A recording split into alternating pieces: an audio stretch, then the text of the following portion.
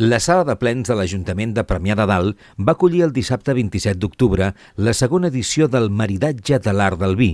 una proposta gastronòmica i cultural en la que s'entrellacen el vi, la fotografia i la poesia.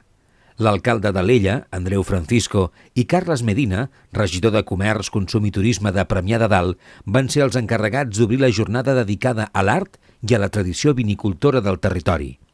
Van ser, però, els vinicultors convidats els qui van parlar sobre les seves vinyes i els vins que havien inspirat els membres de l'Associació d'Artistes de Premià de Dalt per fer les fotografies i les poesies que van acompanyar la inauguració de l'exposició.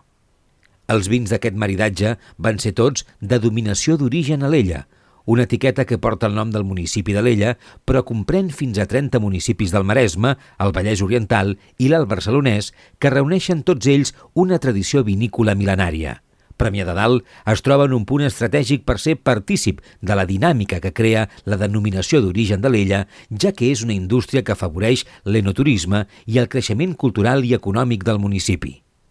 Premià de Dalt necessita posar-se en el mapa, que la gent el reconeixi i a partir de que siguem reconeguts, tot el que tenim, els nostres valors, el nostre comerç, el nostre esport, portar-lo de la mà.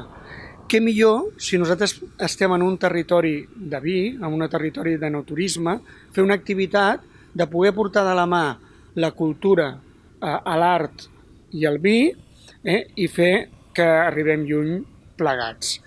Per finalitzar l'acte i acabar de maridar al matí d'un dissabte plujós, els representants dels diferents cellers i l'Ajuntament van convidar tots els veïns que van participar de l'acte a una degustació del seu vi. Salut i brindem, no cal dir-ho, amb vi d'Alella.